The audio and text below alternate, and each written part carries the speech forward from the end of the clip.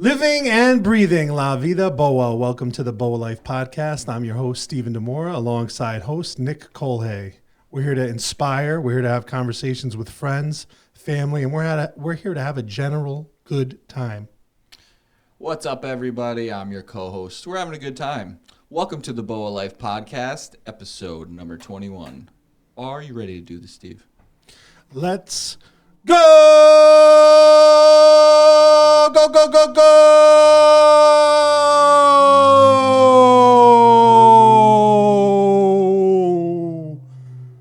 Boa Life. No mais café para ti.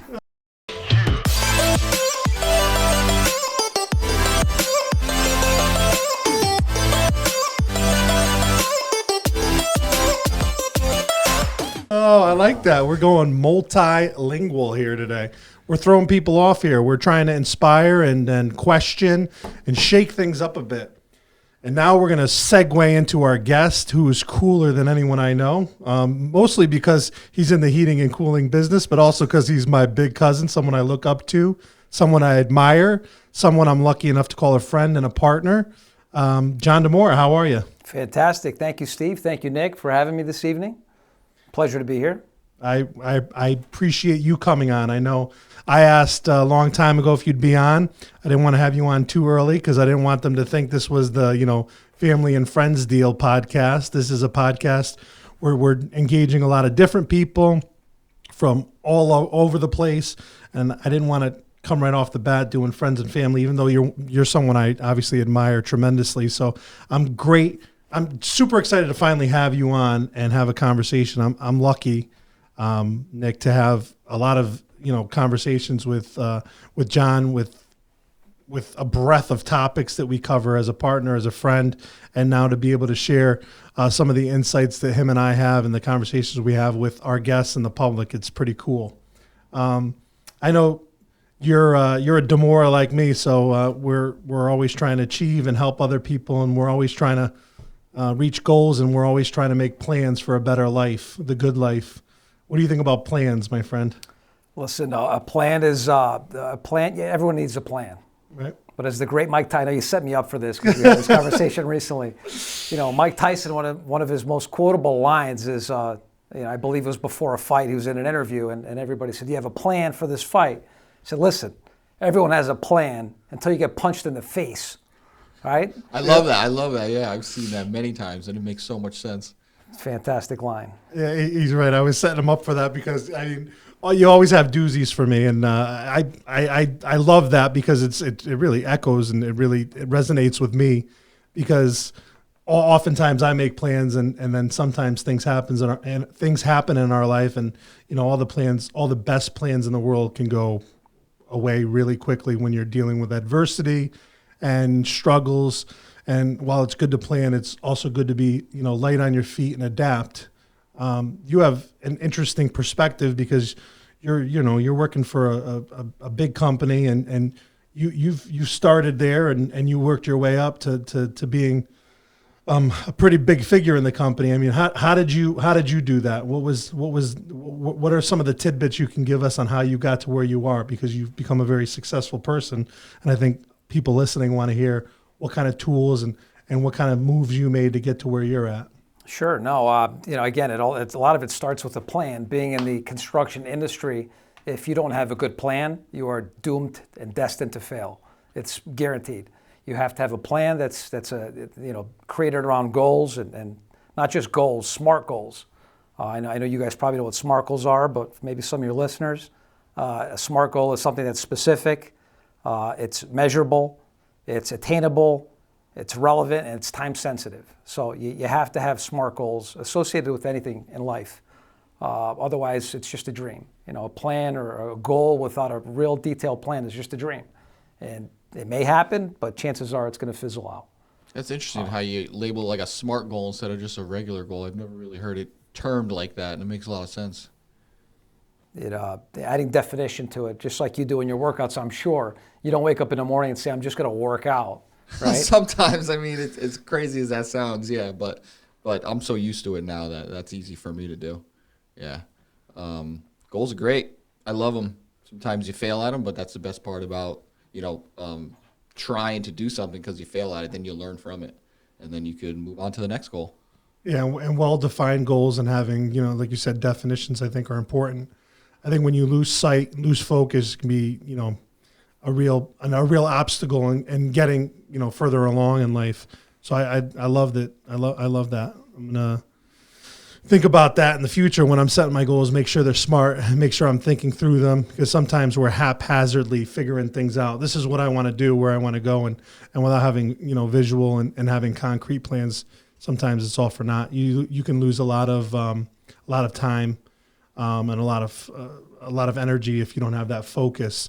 I mean, as an athlete, when I'm working out, sometimes you can wake up and just figure, I'm going to do something today. But I think it helps even with a weightlifting program or running program. I mean, I found it fascinating when I was training for a half a marathon a long time ago. I remember that. Yeah, it was what you did every day, when you had your rest, when you had your taper before the event, all these things, and success and in all aspects of life. I think sometimes, there's ways of doing things that are better than others. And I'm sure like me and like Nick, probably a lot of the things you learned were on site, on scene, and trial and error and experience. I mean, I'm sure you're busy now, and probably in a managerial perspective, cleaning up messes, putting out fires. Do you remember how it was when you first got in and when you were starting at the bottom? Absolutely. Yeah. It was pick and shovel work. You basically had to roll up your sleeves and dig in. Menial tasks, anything from copying blueprints to, running as a courier to pick up plans. Back in that day, folks, there was no email. Communication was via phone, not a rotary phone, but a big commercial phone with a lot of buttons on it. And there was a fax machine. That was how you communicated back when I started in the construction industry.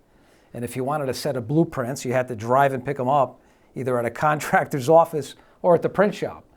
I share these stories with some of the younger fellas now, and they're just blown away. I'm like, what do you mean? You couldn't just email them? There was no email when I started working. Email was just, I think it existed, but maybe for the military. It didn't exist in the private sector, not in our industry anyways. Yeah. It's funny you say that back in the day, all the things you used, and I can relate. So that's what we earn these white hairs for. Obviously, with technology improving, it's shifted a lot of stuff, right? It's made, I'm sure, your job easier. Have you noticed a shift in how employees are, how customers are? I mean, is it changing the way you have to interact with your employees, with your colleagues, and with your customers? I mean, have you seen a shift in the years you've been doing what you've been doing? A tremendous shift, and it's a little bit exhausting and daunting, to be honest with you. The anticipation of a response has changed, right? You used to buy yourself a couple of days or a week to respond to an inquiry or a request. Nowadays, instant gratification is almost a demand. We had this conversation earlier where customers expect you to respond within minutes of an email or a text message, and sometimes it's just unrealistic. You try your best to accommodate, but it's a challenge. It's a challenge. It's not one individual. You may have 20 or 30 individuals that you have something going on with, and they all want instant gratification, and that becomes a challenge.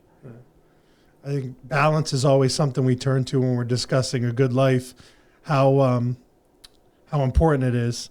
And obviously, as a successful person, you start to get more and more responsibility. How are you in making sure that you delegate responsibility, and how are you in balancing your work and life? Even though we always talk about work-life balance, but it's kind of like work-life trade-off sometimes when you're this deep into it. I mean, what are you doing to make sure that you're maximizing your time at work and with your family? What are some tips you can give us on that? It's, again, you hear a lot of different perspectives on this topic, and there really is it all meshes together. You have to find a way to mesh it all together. You cannot separate. I've heard a lot of different individuals, even at the highest level, Tony Robbins and guys like that, talk about how you separate, but in reality, you have to blend it together. I always found a way to get to my children's games and events, school events, and I'd be working at the same time. Whether it's returning an email via my cell phone, or going home and then open up the laptop and getting back to work. you have to find a way to mesh it all together. Because there are demands. There are demands professionally and then family demands. And if you try to just cut them off at certain parts, you're going to fall down. You're going to miss something. And it's important to find that equilibrium, that balance, and find a way to make it happen. You got to dig deep. Long days. It takes time, right? I'm sure. Yes, it does. With young kids growing up, and now they're on the older side right now compared to Steve and I. Take us back a little bit. Give us a glimpse of how you first started. You mentioned the construction business and everything. What were you doing? Were you like building skyscrapers, or the old residential house down the corner, or what did that look like back then? Yeah, so Encon is the company I work for is a unique company. It started as a small, let's call it a mom and pop type operation. With when they first started, there were 2 or 3 employees. We've grown to be 250 employees now.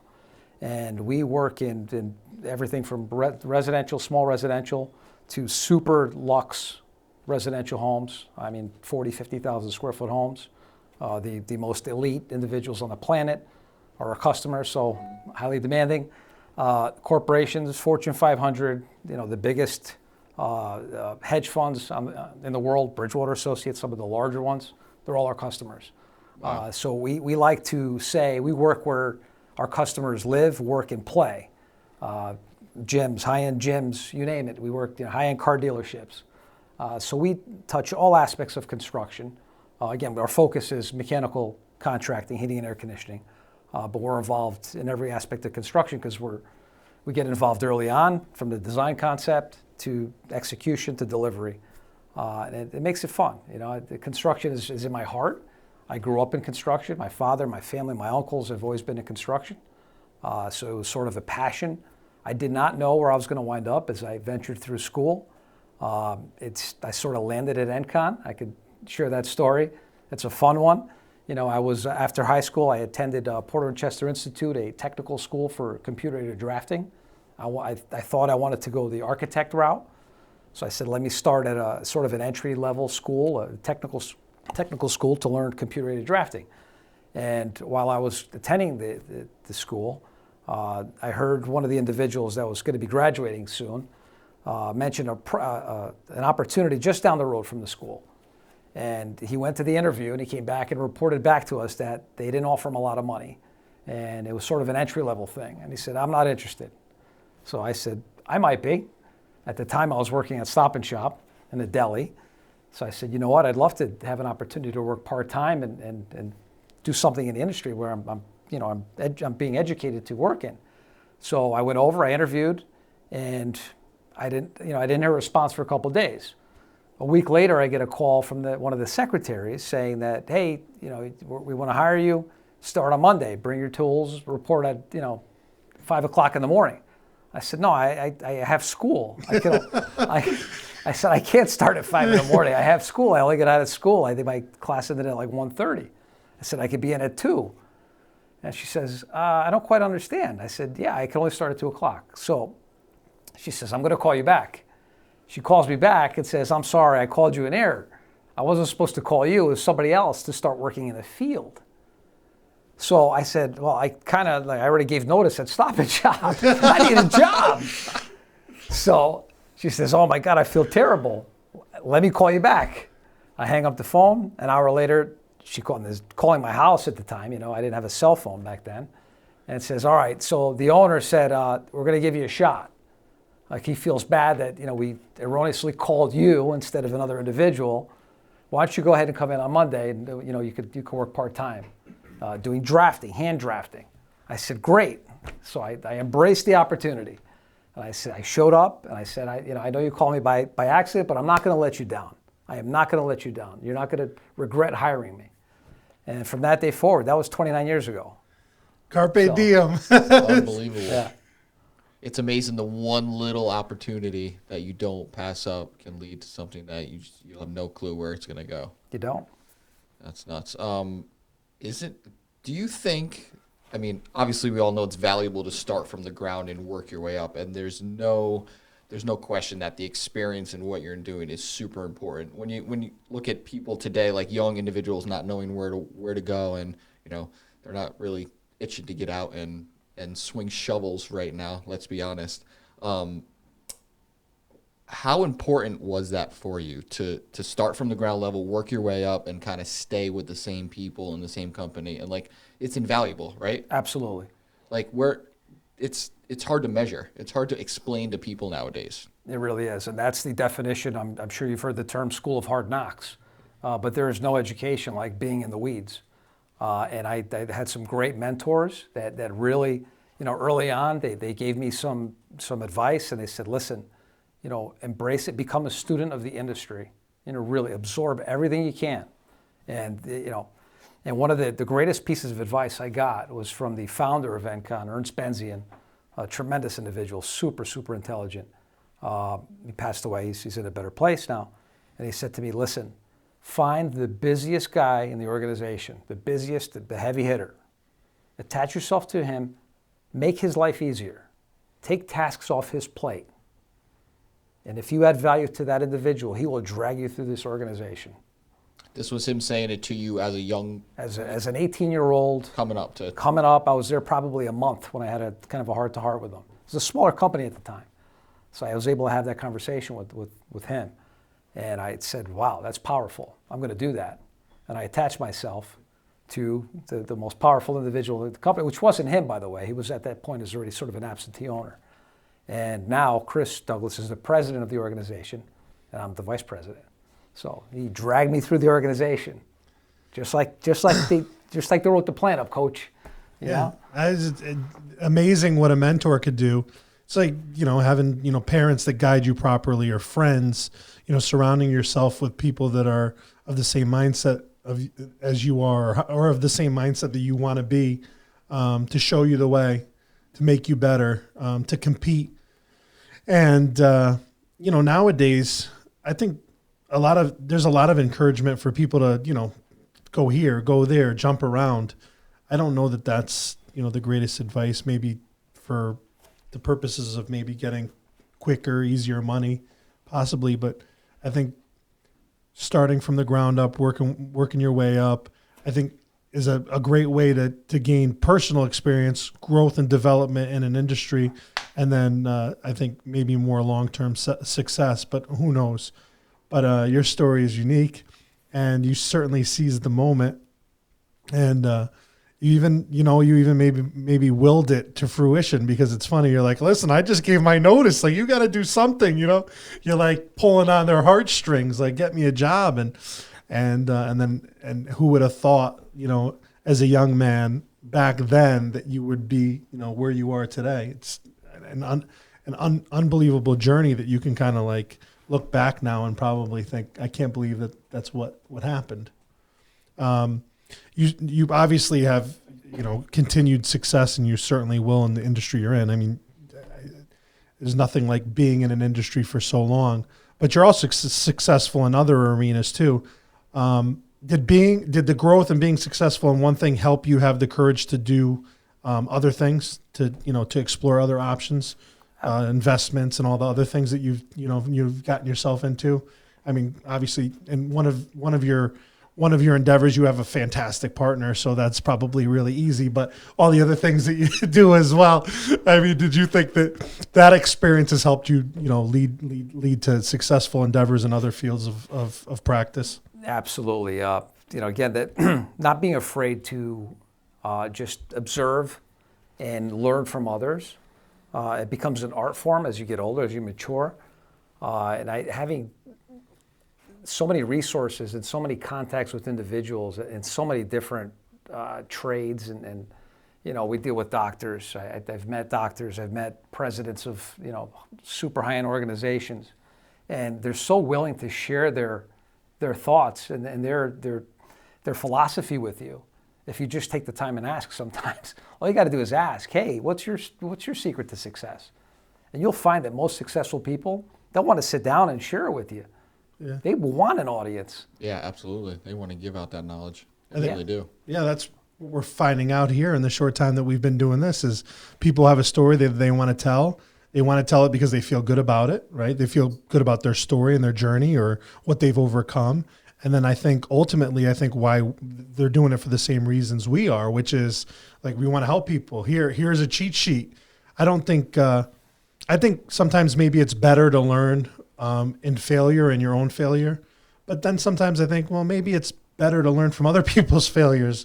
Why reinvent the wheel? I mean, and there's no guarantee you're going to learn from your failure. Sometimes you keep repeating the same mistakes. I mean, I certainly do that in some facets of my life, but in others, I've learned a lot from my failures. I've overcome them, and I've gone and tried to move past all of them. But we've touched on this before, Nick. It's the special and successful people that aren't afraid to ask for help or ask for a vision or guidance. There's a humility in success sometimes. I feel, I don't know where I read this, but the more someone learns in a profession or in a field, as they get more and more information on that topic, they start to realize how little they know. And, the most dangerous guy is the guy that or girl that just knows a little bit about something, because then they think they know everything. But as you learn more and more, you realize, geez, I don't know that much. It humbles you, and then you have this, hunger to learn more and to go and work hard at whatever it is you're doing. What advice can you give us in raising? You have two beautiful children. One of them is the godmother of one of my children, so you know that I am extremely impressed by her, and wanted her to have that guidance for my little girl. But also, I'm very impressed by her decision on where she went to college, obviously, and your son, who's been a role model and great with my boys. I love when he's around them and get them rambunctious, and you've done a fantastic job. How is it being the parent of now older, not teenagers, adults at this point? Is the shift different? Are you still kind of doing the same things? Well, obviously it changes, right? Because now they don't need me as much anymore, right? Where they needed you 90% of the time, and then 10% of the time they didn't. Now it's flipped, right? Now it's only 10 and 90.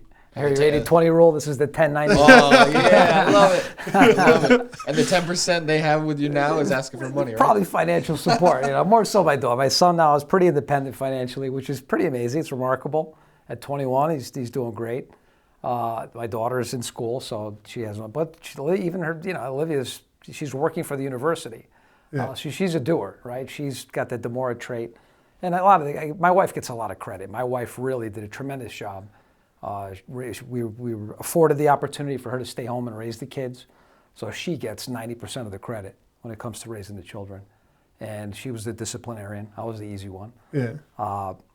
But as I was getting back to Olivia, Olivia works at the university, so she got a job over the summer. I'm assuming Steve knows where she went by what he said, and probably where you went to school too, right? She went to my alma mater, University of Rhode Island, so she's super intelligent, obviously, for choosing to go there, because I love that school. I love the experience, and I'm glad that she's now going there. I was there not too long ago visiting with my kids, and gorgeous campus, and some of the best times of my life were there. So I hope she has the same experience as I do. But yeah, I'm obviously joking. But yeah, I do smile when I think that she's going there. It's pretty cool. The kids are doing great. Like I said, they don't need me 90% of the time. So they're starting their own lives as adults, as young adults. And I'm here for guidance and support as they need it. I'm happy to share, that as they get older now, they start asking about things like investment and cryptocurrency.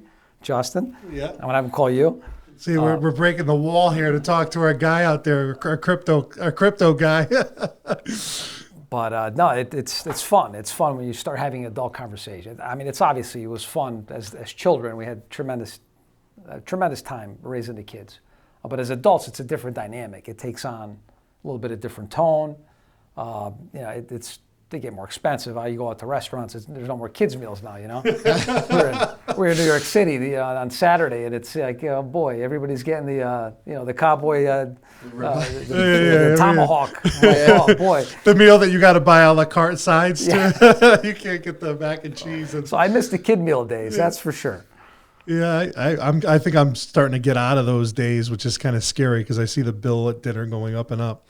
But I'm going to steal a page from your book later on. I mean, to keep the kids, and I've seen this in other people. I mean, adults taking their kids on vacations, because the kids, when they get older, they don't want to spend time with their parents. But then you put in the pool, and it's like you got them for at least a little while the weather is good.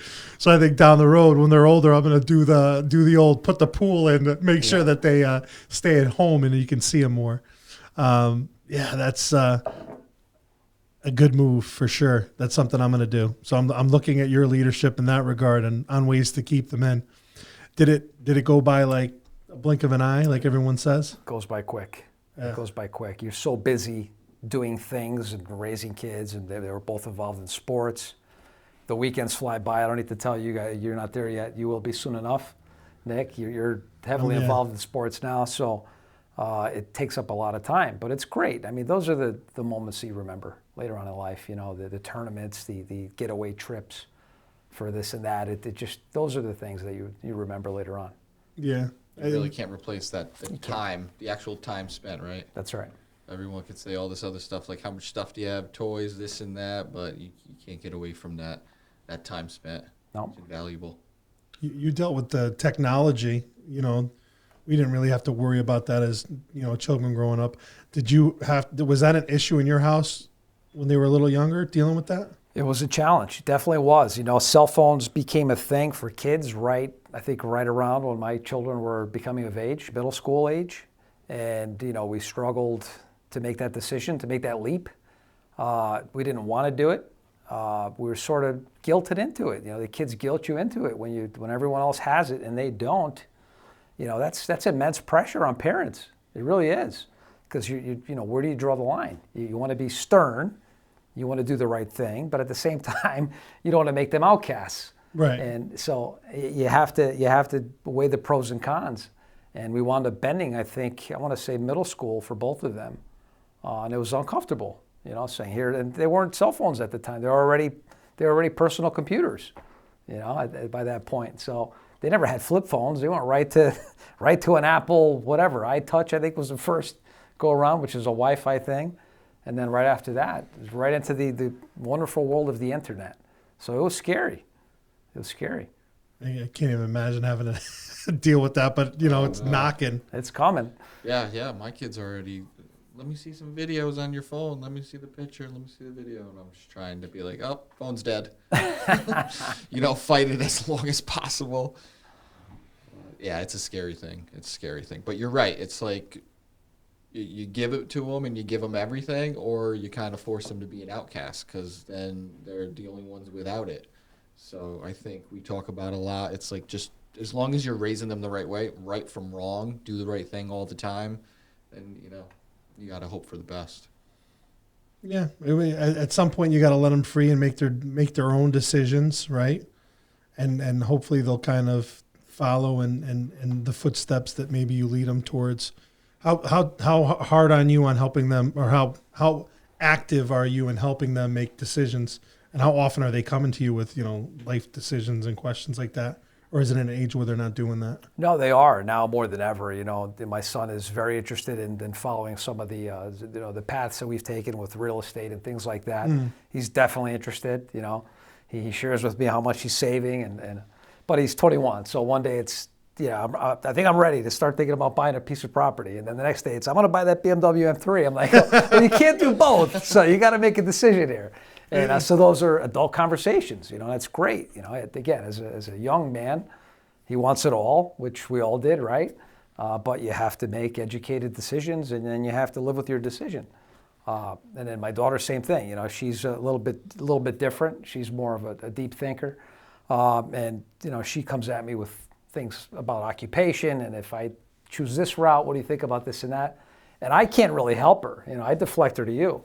I didn't go to college. Yeah. So she starts asking about credits and things and majors and minors. I'm like, I'm the wrong guy.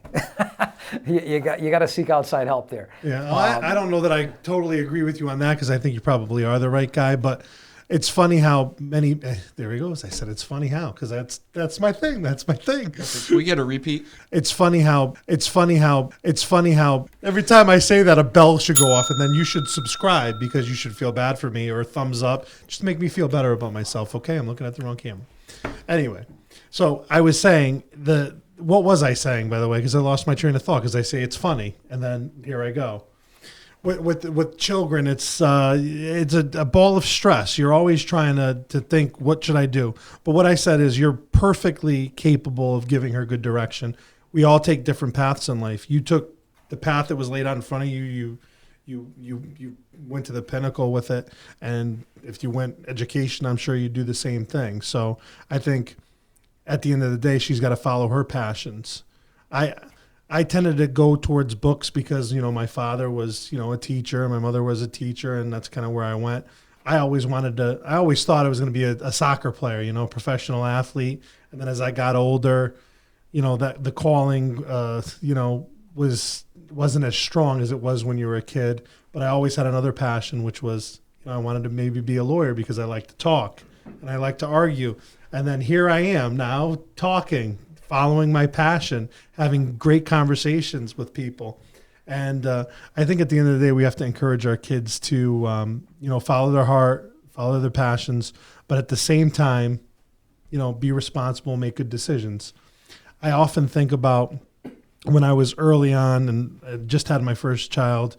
It was one of our first investment properties, and I was, with you at in the building doing demo or whatever, and my wife would be like, "Well, you guys can't hire someone to go there?" Like, I was like, "No, we got to do our sweat equity. We got to go in there and do it." So, there's always compromise. There's always making choices, and there's always, doing certain things. But at the end of the day, again, you have a plan, you have a goal.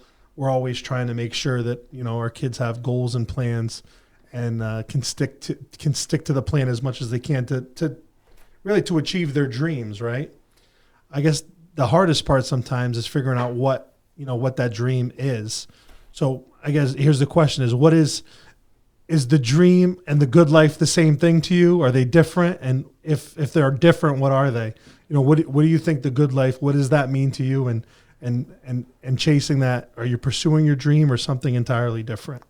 So there's a lot there. Yeah. I'm trying to bundle it up as simple as I can explain it without, mumbling or going off task. But you familiar with Maslow's hierarchy of needs? I do. I think eating's high up there, and I think there might be a couple other ones that I can't remember right now. But yeah, surviving's probably somewhere in there. Surviving, at the bottom of the pyramid, it starts with food and shelter. Yeah. And then the next level up is like security. And then the next level up is self-awareness, I believe. Forgive me, I'm doing this sort of ad lib here. But staying above that line is, to me, that's when I lay in bed and I think about, I got to stay above that line. Yeah. And then as you get higher up, the hierarchy of needs is self-actuation and really getting out and expressing yourself. That's at the top. And that's, to me, that's sort of my compass, my moral compass, or my safety compass, if you will. I need to stay above that line. I think about that a lot, financial stability. Not being the richest guy around. I'm never going to be, Bezos or one of these guys. Bill Gates. Totally aware. I'm self-aware of my capabilities. And that's part of it, right? Being self-aware, knowing what your potential is and maximizing that potential is important to me. And that's what I tell my kids. I'm like, look, you're always on a stage. You need to be self-aware, okay? You need to have intestinal fortitude, because life is going to punch you in the face. Yeah. Right? You could have a plan. You're going to get punched in the face. I love how that circled back to it. I love it. But you have to have intestinal fortitude. You got to be able to stand up, take that punch, get up, and then get back at it again. Because life is difficult. It's difficult in different ways for different people. But you have to rise above. You have to rise up to the challenge and keep moving. So that's what I see as the good life. Yeah. Staying above that line of, I never want to go below being self-aware, having issues with shelter, food security, or safety security. We live in an unstable world. It could be, unstable outside on any given night. Denver's not there yet. We're not like Portland or one of those cities, but you know what I mean. You watch the news and it's troubling sometimes. It's scary. Yeah. Some of the things going on out there, or not to get political, I won't do that. No. But anyways, so that's my compass, if you will. Yeah. No, listen, it's kind of the same thing we kind of echo all the time, right? This is like so many different ways that things can go wrong. And, finding that balance and really meeting your responsibilities, whether it be as a parent or, doing your job properly, or, how you operate in your family or your circle of friends. It's, always trying to manage, what life is going to throw at you. And yeah, the good life really it is about, balancing all these things, and trying to make sure that you're having enjoyment in life, that you're reaching your goals, and that you're managing your responsibilities. And sometimes, as easy as that sounds, it could be tricky, right? So tricky. Yeah. Yeah, I love that self-awareness. I've never really thought about it in that sense, but you're right. You have the basic stuff. You want to be safe, raise your family, have a little security, obviously eat and everything. But being self-aware is so important, because if you're not, you're essentially, you're living a lie.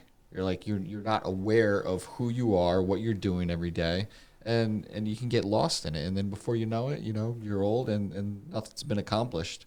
I'd like to switch a little bit. Tell us a little bit about Steve growing up. Did he try to run all over you with a soccer ball like he did everyone else? So, Steve was a little younger than me, 4 years, five years younger than me. So we never really crossed paths on the soccer field. At family events, kicking around, having a short-sighted game. But no, he was always better than me, and I accepted that. I was self-aware as a child. I knew I was a decent soccer player, but this guy was scoring, 3 goals a game at the age of like 8. I was fascinated with him when he was in high school. I would actually, go watch his games quite often after work, or sometimes during work. So yeah, no, never. He never ran all over me, because I never gave him the opportunity to. Well, he's being humble. He was older than me, and we used to have, actually, growing up brings back great memories.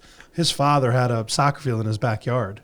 Like a full legit. I mean, pretty close. Intermediate sized field. Yeah, it was. I would, as a kid, goalpost. I mean, as a kid, it felt like a real field, but looking back, it was probably like a half a field. Yeah. But a half a soccer field in your backyard, that's pretty damn good. Yeah. And his father was good. My father, our family is fanatic about soccer. So he was always a very good player, and he was older than me, so I couldn't touch him as a kid. And to compare ourselves as we grow older, that's kind of unfair, because, it is what it is. My father was all about soccer. Your father pushed you in other areas, work, this and that. So, but we had some great family birthday parties, events where we would all get together, and that was a big part of it. I mean, I might have brought this up before, but my dad's family was so fanatic that our grandmother basically did not allow them to talk about it anymore, because it would get awkward. His father likes this one team, my father likes a different team. So that's probably the only time you don't see them getting along is when they're talking about soccer, right? To this day, it won't take much to spark up a disagreement. I'll tell you that. I think you mentioned that, another episode. I might have, right? Actually, Matt, the guy from England that we had. Yes, we were talking about, he correct. He was mentioning how crazy it can get with families, and being divisive between teams supporting. Soccer is a religion, and a lot of European cultures, it's a religion. It really is. But I'm sure I've told you this before, but growing up, I admired my father. My father's the pinnacle of what I want to attain as a human being. But he probably knows this, but I always looked up to my cousin John, and another cousin of mine whose life maybe went a little differently. But, I didn't have a brother or sister. So, I always looked at some of my older cousins, and John was one of the ones that I always, good looking guy, dressed nice. I remember when he was younger, I'm not gonna put him on blast, but he had this really nice car. He let me drive he had it. the M3, right? He had a Porsche, a turbo back in the day. We're not gonna say what happened to that car. He was too young for it, right? But it was nice growing up having a pseudo brother. So I always admired you, so much so that obviously later on in life I chose to be a partner in a business with you, and obviously our families are close, and every moment we can be together is a good time. And the fact that you're on here, obviously I know you're on here for me, and I appreciate it. I appreciate your support as a family member, as a friend, as a partner, and then certainly coming on here today, because I know this isn't always easy for everyone. For you it's pretty easy because you're good at talking. You've always been a person that has a lot of good insight and a lot of expertise in the things you talk about. So I was ecstatic to have you on, and I've been wanting to have you on because I feel like if I admire you and the things you have to say, why wouldn't anybody else? So I'm sure I thanked you before, but I thank you again for being on and for always being someone that I could look up to and learn from and try to live up to the standards and areas that you excelled at. We all have people we admire, and for whatever reason, even that's the one thing about this show. And you guys have both talked about it. I say perspective. So you were talking about self-actualization, the ability to see different people and what they think, I think is so important to us. And we can learn so much from people, even sometimes people that you don't think you can learn from.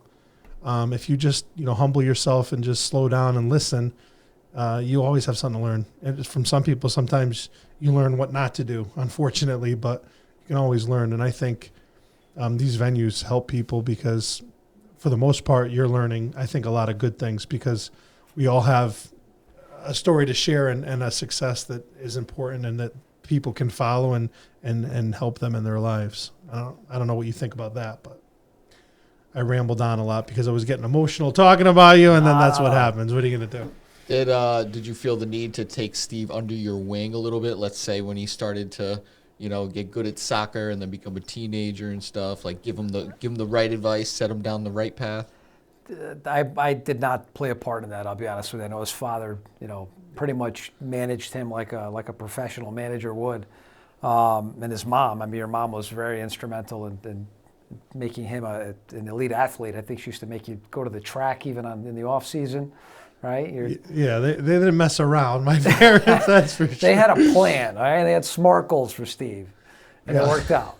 But no, I lived down in Trumbull. He was up here at Bethel, so we didn't see each other as often as would have been nice to see each other every weekend or every couple of weekends. But sometimes months went by we wouldn't see each other. So we were close when we did connect, but we weren't connected on a daily basis. So I did not have any part in his growing up as a teenager. But plus the age difference. It was like some of my other cousins that, at now, in the past 15, 20 years, no difference, right? What is it? Probably looks younger than I do at this point. Back then, 5 years is different. He likes girls and I'm playing video games, You know when I became Steve's best friend? When I bought a house in Danbury and they needed someplace to stash his motorcycle. Oh, Steve had a motorcycle? I think you became my best friend because you get to ride it. So that's wow. We're letting some laundry out today, boy.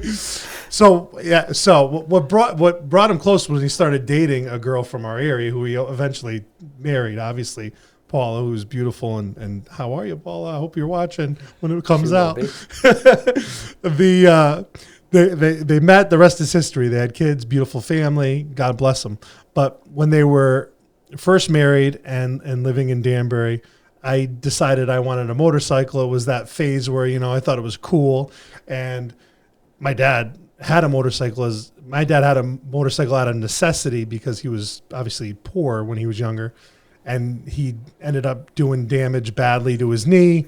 And it ended, any possibility of him enjoying a life of soccer because he loves soccer. Now, obviously, he plays golf. I'm sure it hinders him a little bit, but not really. But he always said, you're not getting a motorcycle. If you get a motorcycle, you leave the house. So as a very bad, not teenager at the time, young adult, I got a motorcycle in spite of what he was saying. But obviously didn't have the courage to tell him. So I left it at John's house for a couple of years, right?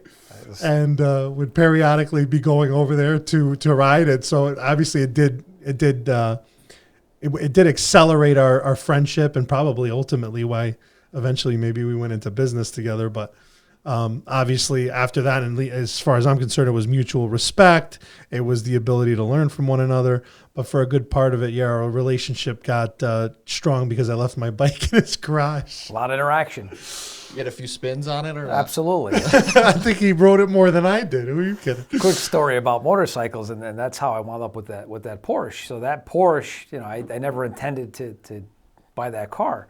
I was ready, and I had cash on hand, ready to buy a motorcycle. And my father caught wind of it. And he's like, I don't think that's a good idea. I don't want you to buy a motorcycle. I said, Dad, I'm buying a motorcycle. I was 19 years old, 20 years old at the time. I said, I'm going to do it. So the timing was impeccable. And my dad has always been lucky with timing. He's got this thing. So our Uncle Tony Ferrero was at our house, and he had a friend of his with him who was a landscaper. I'm not sure exactly what he did, but he had that car, and he was there. And in the conversation during the visit, the guy mentioned, I'm going to be selling that car. My dad negotiated the car and said, and then without asking me if I was interested in the car. And he finagled a way to get me to buy, I put all the money I had from the motorcycle, for the motorcycle, into the car, and he covered the rest. It said, pay me back. I know this is a nice car. I know you don't have all this money. You have enough for probably half at the time. Yeah. Says, I'll put down the rest if you buy this car. Knowing that would obviously eliminate the possibility of getting the motorcycle. That's how I wound up with the car. That's the DeMoura intellect right there. So That's a hell of a trade-off, though. I said, you know what? How could I say no? And it worked choice, out. I'm sure at that point. His persuasion with some cash infusion worked out brilliantly. This is a troubling time in my life, because I can see this in my future with my kids. And I'm going to have to take a page out of your dad's book and try to figure out a way to coax them into not doing it. Because, let's be real, the motorcycles are dangerous. And if they were dangerous then, they're more dangerous now because of technology, people texting and not paying attention to the road. Ultimately, I lost the bike because I crashed it. I didn't destroy it, but my dad at that point, he had already known I had it. He found out pretty quickly. It's so hard to keep something like that from my father. He basically put his foot down and said, the bike goes or you got to leave the house. And, sometimes parents need to make tough choices. And my father, like probably John's father, the DeMoura side is not really the most disciplinarian type of parenting, so it was probably very hard for my dad to do that, especially without my mother at the time being around, and for a while, obviously. But to say, hey, get rid of this or you're going to have to leave the house, it was because he knew, ultimately I'd probably get killed or hurt myself on it. But it's funny, the things that bring us together sometimes, something like that. You're right. I never even really thought about it like that. It's like, how did because there was an age gap, obviously, growing up. As cousins, kind of hang out with people your own age, but yeah, I never thought about it like that. You're right. Our relationship was definitely curated and became a lot stronger because of basically spending time together, right? It's like anything else. You start spending time with people and you either take or you don't. What would you do if your son came home and said, I'm going to get a motorcycle?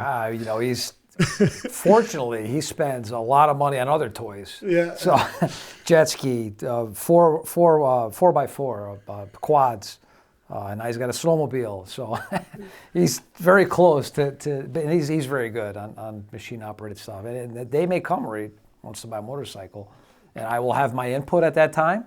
And he's probably going to watch this, so we'll have that conversation, John. But I'm sure Mom's going to have some input as well. So, I had a bike once. Bad idea. Had it for a short time. You're right. It's scary. It's a thrill. It's fun. It's like I went through that same stage where I was like, I just got to do it. And one minor thing, just flipped the switch, and I was like, I'm done. Thankfully, nothing serious happened. But yeah, it's for a young guy. It's one of the funnest things. I often, you have a son, he has a son. I often think, and not that the daughters are any different, but as growing up as a guy, if you could turn back the hands of time and go back and try to change some of the things you did or invest differently or just, I if I had this mindset I have now and I could go back 15 years, my Lord, it's like, and sometimes you want to pass that on. That's what we're trying to do here in a sense, but to your kids, but you don't want, at least for me, it's, you want them kind of to live their own life and go through their own struggles and figure out who they are. But sometimes it's hard not to just say, hey, this is exactly what you should do, and I don't know, it's, and watching some of these movies, and some of these athletes, I think we've touched on this before too, like the Tiger Woodses of the world or the Serenas, and Venus Williams sisters. They have these, these parents that drive them to get to where they're at. And you often wonder, is it worth it? My parents, as you alluded to, were, had a plan and they got me to a point where, I was very successful in what I did in terms of, academics and athletics. And I thought they did it well balanced, but sometimes the parents that are not as balanced, when the kids get to that ultimate success, is it worth it or not? Sometimes we talked about the child actors and stuff like that. It's, sometimes to get that kind of success, it takes a lot of work or pushing from someone, but what gets lost in the mix, I don't know. So as a parent, you try to remember these things and maybe be a little more open-minded when you're trying to push them in a direction.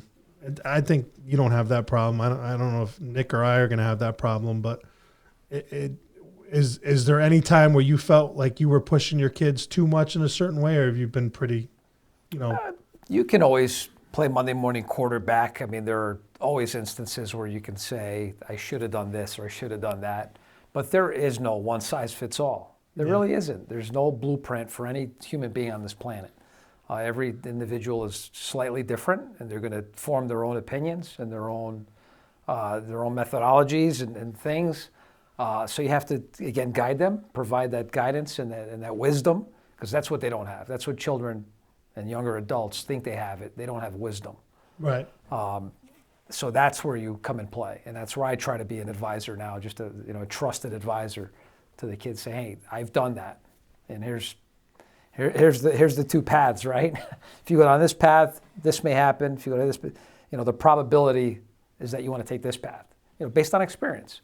I had the fortunate, conversation with your dad on Saturday. We broke bread at Steve's house, and it was an amazing time.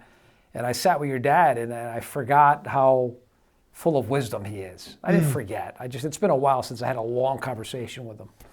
I've seen him many times over the last couple of years, but it's 10-minute interactions. And I sat and chatted with him for probably an hour at your dining room table. Yeah. And he's just so full of wisdom, and it's experience. It's years and years of collection of thoughts and conversations with other individuals, and he has so much wisdom. And again, all of my uncles and my aunts, they just have so much wisdom. They've been through everything, and just sitting down and extracting as much of that as you can is powerful. Your dad is almost 80 years old. Yeah, he's going to be 80 this February. Sharp as a tack. He hit a couple of things. I'm like, wow, I didn't really look at it that way. Just the way he this place in Florida and why he does what he does. And, some people question, your movements, my movements. And he explained to me his philosophy, and I'm like, it's brilliant. His going back and forth gives him purpose, and it gives him, different challenges, challenges that we face. But he's retired. He doesn't need to do certain things, but it's a challenge to him, and it's a purpose for his day. It's just little things like that. Those conversations go a long way. Yeah, you need friction to make a gem. Yeah. You constantly, struggle. We talk about that all the time. And it's funny, circling back, like when you first started on your own, having that mentor, I've had that with my father and other people, and you finding people that you can, gain that experience from, I think is imperative. Like any good fighter, right? You get punched in the mouth every once in a while. You got to change things up. What are you doing how are you getting ready for that fight? What are you doing for self-improvement? What are you doing to try to get better every day? So I deal with some interesting folks now. We've joined the larger conglomerate. Service Logic is a national company. So now, some of my interactions are with some super high up executives. I've never been in that arena before. I have monthly earnings calls. I mean, that's all sorted. It's been a couple of years now, so it's not new, but it was new when I first started doing it. I never saw myself having corporate earnings calls with, CEOs and CFOs. And it's like, hey, sharpen up your game, dude. This isn't a job site anymore, because as you grow and you consolidate, you're dealing with some, big time individuals. And it's a learning experience, and you have to step up your game. You have to take it up a notch. And you choose to either step up or step down. And I'm not stepping down. I have too much pride to step down, so you got to step up. And that's, when I challenge other people that I speak to, that I can mentor. I'm like, you got to rise to the occasion. You know, you're going to be, success is being ready for the opportunity when it's presented to you. You need to be ready because that opportunity could come any day. You know, you mentioned child stars and athletes. They had a moment in their life that could have made them or broke them. Yeah. And they seized the opportunity. Whether it's a sporting combine or an event or an acting gig, you have to be ready when that opportunity comes. You got to seize it. You got to jump on it. That's the difference. So just embracing that opportunity when it does come is huge. So I work on things like that. I read a lot of Tony Robbins. I don't read as much as I probably could because I'm exhausted. I work long days. So my wife's like, you don't read enough. I'm like, I sit on the couch at 8 p.m. Yeah, the book reads me. You know, I can't even watch television for more than 10 minutes because I knock out. But that's just it is what it is. But I definitely read up as much as I can on the internet. You know, I like to learn about new things. You know, digital currency is something that we talk about a lot now. I just got a huge contract for a project with a big digital currency player. It's taking a massive space. I signed a non-disclosure agreement, but it was in the newspaper today, so much for the non-disclosure agreement. But they're taking a huge space, and they're making a massive play in downtown Stratford. It's a big investment, and so they essentially have an office like a hedge fund now, and it's digital currency. So these things, you know, I like to learn about them, and that's what self-improvement. Every opportunity I have to learn about, especially an industry that I'm participating in as a consultant and as a contractor, I want to learn more about it. Yeah, you gotta have that growth mindset, and you can't be a creature of habit or get stuck in a mindset that doesn't allow you to grow. And the tides are changing, and I don't know, what the future brings, but when you see like the Staples Center getting renamed as crypto.com, it's like maybe this thing is here to stay, right? Sure. And there's a lot of money in there, but I share your love for trying to learn and growing and trying to learn from other people. Do you do? You may not doing a tremendous amount of reading right now. Neither do I too, because it's I read during the day. My eyes are shot. Do you write down? How do you, in growing and planning, do you visualize these things? Do you write them down? I mean, how do you manage especially the smart plans and all that? How do you? You talked about drafting when you were younger. Is that something that you visualize in your mind? Is it something that you write down? How do you create these plans? What are you doing with them? So, I've leveraged technology, which I used to have, like a day timer. I always carry around a book with me everywhere I go just to jot down notes, or, if somebody has an investment tip, I jot it down just so I don't forget. And technology now allows you to, do that pretty easily. Microsoft Outlook or different calendars. You can pop something in and put in a recurring event. That's how I write down my goals now. Every year I sit down, I write goals for the year. We have sort of a 5-year plan. I have a business plan and I have a personal plan.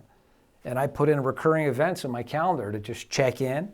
And, if I say I'm going to do something or read something, I try to put a timeline to it so I don't fall off. Otherwise, you get caught up in the day-to-day. You can easily forget about your goals. That's why you got to write them down and make them timely, time sensitive.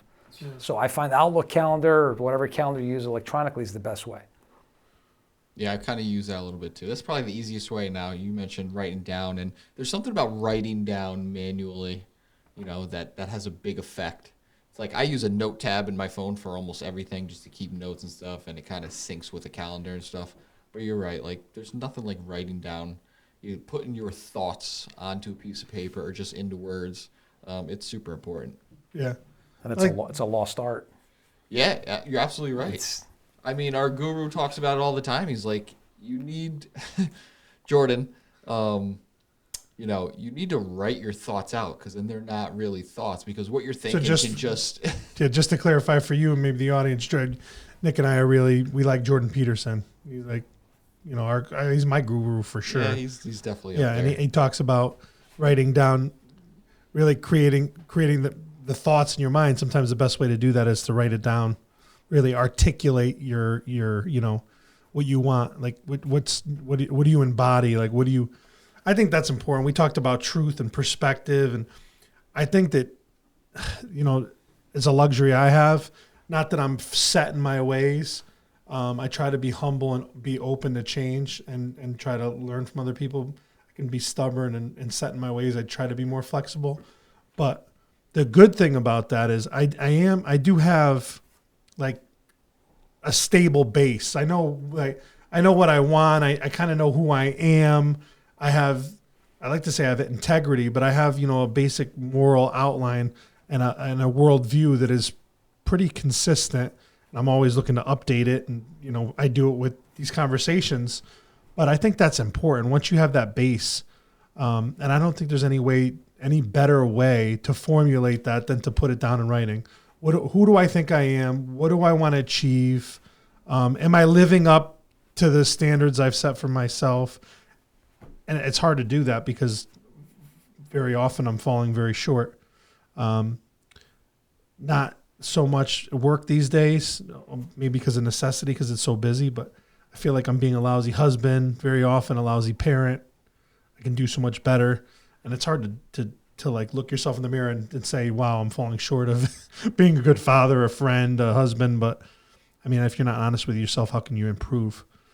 But the technology brings great stuff. Like you said, being able to, accountability, you put it in the calendar and it pops up every month and you're like, damn, like I haven't ran a mile today. I said I was going to start running a mile every day. It's been 3 months. The calendar pops up. Steve, you run a mile? Nope, I didn't run the mile today. It's, I have every excuse in the book as to why I haven't, but then sometimes it works, sometimes in other aspects it works. It's like Novocaine, eventually it'll take, but having these conversations and seeing how different people do it, a lot of it is kind of the same way of successful people. Is always doing the same thing in a lot of different ways, finding the right way for you to do something right in any aspect is big. Well, you said it good too. It's like when you a couple of years back starting to get into a new kind of territory in your job, it's like you have an option. Well, you have two options: either do something or don't do it. And you're right. It's like you're gonna do it. You're not gonna do it. And that's how I kind of try to live my life now with everything. It's like all you have is opportunities, whether it's yes or no, do something or don't do it. And kind of like how we started this. There's no way I wasn't going to take the opportunity because it can only lead to good things. I can only educate myself. I can only learn more from it. And if I fail at it or if something, comes about that I wasn't hoping on, then I learn from the mistake. So it's like, that's what people don't understand. It's like you have to take the opportunity. You just have to do stuff. You can't just sit on the couch all day. That's kind of like a metaphor, but it makes sense. You got to keep moving. You started off getting copies of drafts, probably grabbing someone's coffee here and there, to being where you are now. And, it took some time, but where do you see yourself 20 years from now? Listen, 20 years is a long time, but I see myself working. Definitely doing something because I need a purpose. I can't not work. You know me. Yeah. I don't know if I'll be in this industry working for this company in 20 years. It is a lot getting up early, working, it's long days and it wears on you, but I love it. I love it. I love being involved. I love being knee deep. I love solving problems, making, customers satisfied. Providing that peace of mind, again, that's important to me. That's what drives me. So in 20 years, let me see, I'll be, hopefully at that point be, following your dad down to Florida here and now, but I don't know. It's not something I think about just yet. I have a long way to go. I'm in my higher mid 40s. So I still have a long way to go. I haven't even started thinking about that yet. I love what I do. Again, it's work. It's a lot of work. I have a lot of gray hair, as you can see, but I wouldn't change it for the world. So I'm going to keep going. I got at least another 10, maybe 15 in me doing what I do. Why not, man? Why Yeah. not, There's nothing like working hard, doing stuff you love, having great conversations. I hope to have you on again. There's just so many different places I can go. It's unbelievable. But we will have you on again. Can't can't thank you enough for having this time with you. Again, usually selfishly, it's just for me. I get to share you a little bit today. They can see, why, we've been successful as a team, and why I think the future is bright for you, for me, for this podcast. And I hope you guys keep checking in on us, listening, subscribing, hitting the like button. And we'll certainly have guests like this on all the time, and we'll have him back again to discuss other ways of succeeding and finding that great life. You hear me? That's a wrap.